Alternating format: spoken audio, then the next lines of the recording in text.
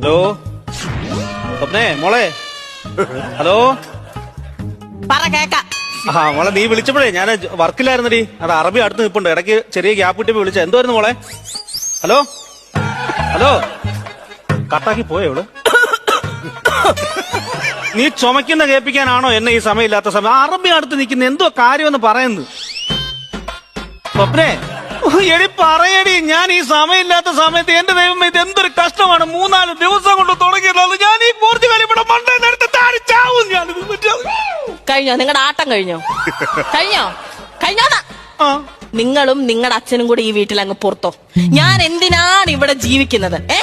എന്നെ കല്യാണം കഴിച്ചോട്ട് വന്നിട്ട് 7-8 മാസമായി. ഇതുവരെ നിങ്ങൾ ഗൾഫിൽ കിടന്ന് കഷ്ടപ്പെട്ട് അയക്കുന്ന പൈസ എന്റെ അക്കൗണ്ടിൽ വന്നിട്ടുണ്ടോ? ഇല്ല, എല്ലാം നിങ്ങളുടെ അച്ഛന്റെ അക്കൗണ്ടിൽ. എന്തുമാത്രം നല്ല നല്ല ജോലിക്കാരുടെ ആലോചന എനിക്ക് വന്നാന്നറിയാമോ?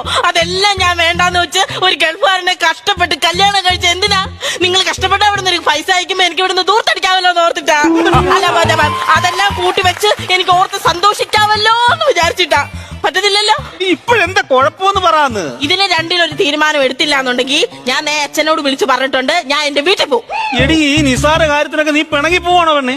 നിസാറിന്റെ കാര്യമല്ല ഞാൻ പറഞ്ഞത്, എന്റെ കാര്യമാണ് ഞാൻ പറഞ്ഞത്.